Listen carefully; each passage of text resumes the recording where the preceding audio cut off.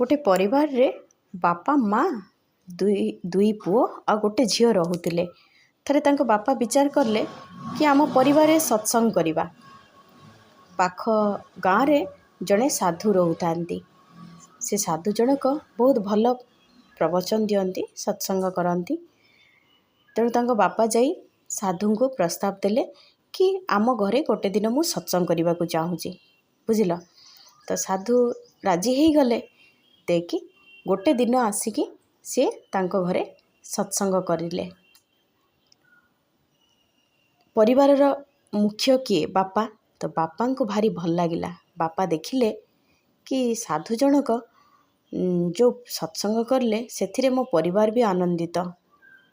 से भाबिले साधु को आउ 2-3 दिन तांको घरे रखिदेवे। साधु जनक भी राजी हो गले। तांको बापा कौन कले, राति रे जतेबेले साधु सोइबे, जो घरे से तांकर आलमारी रे पैसा रखती से घरे से तांको सोइबा को देले। साधु जनक राति रे सोइले। तापर दिन सकाळे उठिले, जमिति नित्यकर्म करने कथा सब करले। जेतेबेले सत्संगर समय थाए सत्संग करिले। द्वितीय दिन भी बीतीगला। राति रे सोइले। अधा राति रे तांकर निद भांगी गला। जेतेबेले से भाबिले एबे तो समस्ते सोईचंती, जाउची एई आलमारी रे कौन अच्छी देखे। आलमारी खोली देले, देखिले बहुत पैसा अछि। से कौन करले, किछि अधा पैसा को से तांको बैग रे पुरेले। बैग रे पुरी ता परदिन सकाळे तरतर हेई जीवाकू बाहरिले। सेठू बापा जनक से साधु को पचारि, आपण आज एते सकाळे कहीं पळै जिवे जे? साधु जनक कहले, मोर आज टिके काम अछि, मु आज पळै जाउची, आउ केबे आसीबी। बापा राजी हो गले। अच्छा ठीक अछि। साधु जनक को छाड़ी देले। साधु जनक जेतेबेले तांको कुटीर को गले, से जेते तपस्या लगाउचंती, जेते ध्यान लगाउचंती, तांकर ध्यान लागुनी। ईश्वरंक पाखरे ध्यान ही लागुनी। से तपस्या रे बसी पारु नाहंती। तांको पूरा अस्तव्यस्त लागुची, पूरा अस्थिर लागुची। तांको मन टिके भी स्थिर हेकी रहुनी।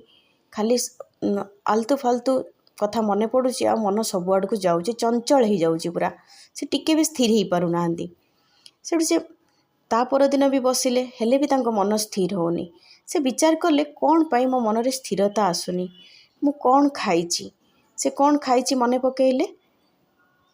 पकेले जे मु तो 2 दिन हैला से लोकों को घरे थिली, आ लोकों को द्वारा दिया होतबा अन्न रे भोजन करथुली।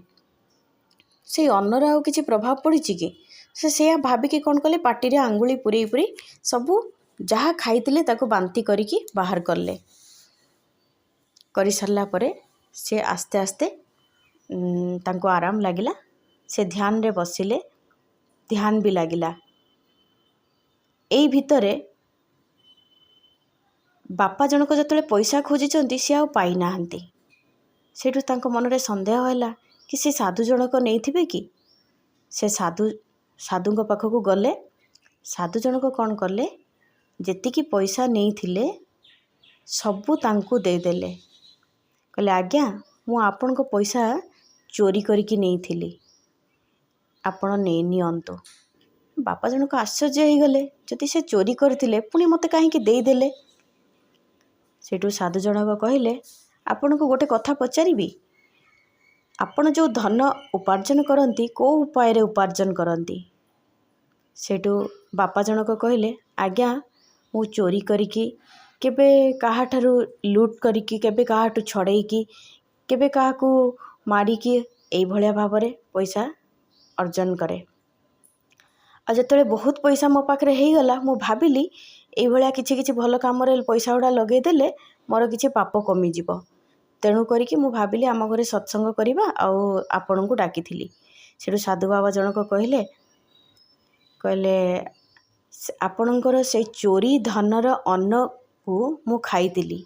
जो चोरी धन रे भोजन बनुथिला आपणक घरे, ताकू मु खाइतिली, जोथि पई कि मो उपरे से प्रभाव पड़िला।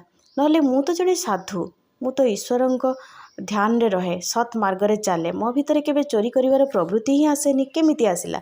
ତେଣୁ ଆପଣ ସତ୍ ଉପାୟରେ ଅର୍ଜନ କରନ୍ତୁ। କାହିଁକି ନା ଯେମିତି ଧନ ସେମିତି ଅନ୍ନ, ଯେମିତି ଅନ୍ନ ସେମିତି ମନ।